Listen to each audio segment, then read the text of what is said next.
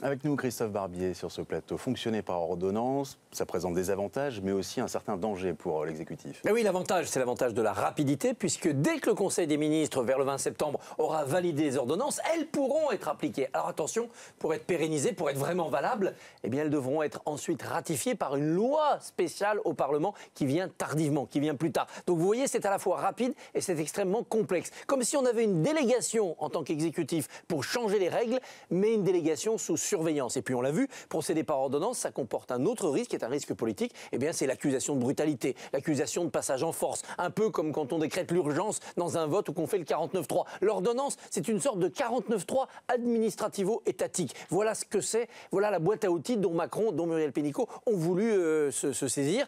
Tout ça pourquoi? Pour agir vite. Agir vite pourquoi? Pour que très vite l'emploi redémarre. Et ça, c'est le dernier risque des ordonnances. Si dès la Toussaint, si dès Noël, on n'a pas l'impression que ces changements du Code du travail sont efficaces, opérationnels, bougent la vie des gens, créent des emplois, ben on se demandera pourquoi on a procédé par ordonnance. Et c'est justement une semaine très risquée pour le gouvernement et pour la ministre particulièrement du Travail. Oui, bien sûr, parce que d'abord, sa méthode, discuter avec chaque organisation patronale et syndicale en parallèle, refuser l'affrontement collectif avec toutes ces forces représentant les mouvements sociaux, eh bien, ça va être encore critiqué. Ensuite, il y aura quand même le moment de vérité où la rue va essayer de se mobiliser contre ces ordonnances. Est-ce que ce moment de vérité sera franchi par Muriel Pénicaud et Emmanuel Macron? On le verra. Et en même temps, si j'ose dire, eh bien, il y a une autre affaire. Il y a l'affaire de Las Vegas, vous savez, ce symposium organisé un peu à la demande d'Emmanuel Macron, avec visiblement des règles pas tout à fait respectées par Business France, l'organisme que pilotait Muriel Pénicaud à l'époque. Ce risque judiciaire-là, il pèse comme une épée de Damoclès au-dessus de la tête de Muriel Pénicaud. À un moment donné, elle va devoir répondre à la justice.